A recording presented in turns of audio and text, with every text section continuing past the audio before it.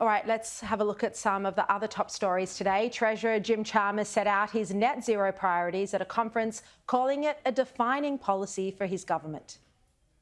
I really believe that the net zero transformation will be the defining piece of the defining decade.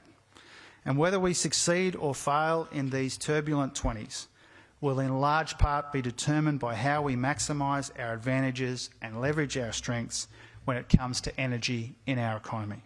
That's why it's such a major focus of our government. He insisted a shift to renewables will help curb inflation driven by coal, gas and oil costs.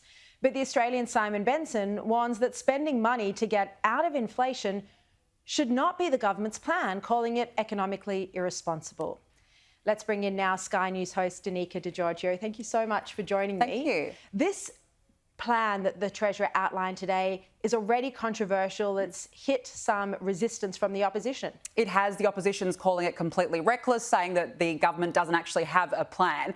I'll take you through some of the key points of it. I would call it ambitious, to be honest. I know you called it controversial, but essentially it's going to rely on private industries to be able to achieve this very ambitious target of net zero by 2050. So today we heard from the Treasurer. He's come out and he's saying we need big, bold public spending in order to get there. He's calling this uniquely Australian. He said we're not following a US model. This is the unique Australian.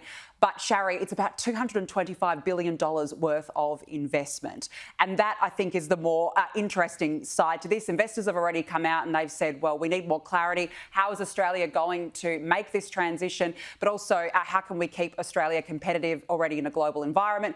So the government's going to have to come out and prove now in the short term how will this not actually drive up prices, but also how it plans to achieve such an ambitious target in a way that doesn't already hurt consumers who are, of course, already hurting.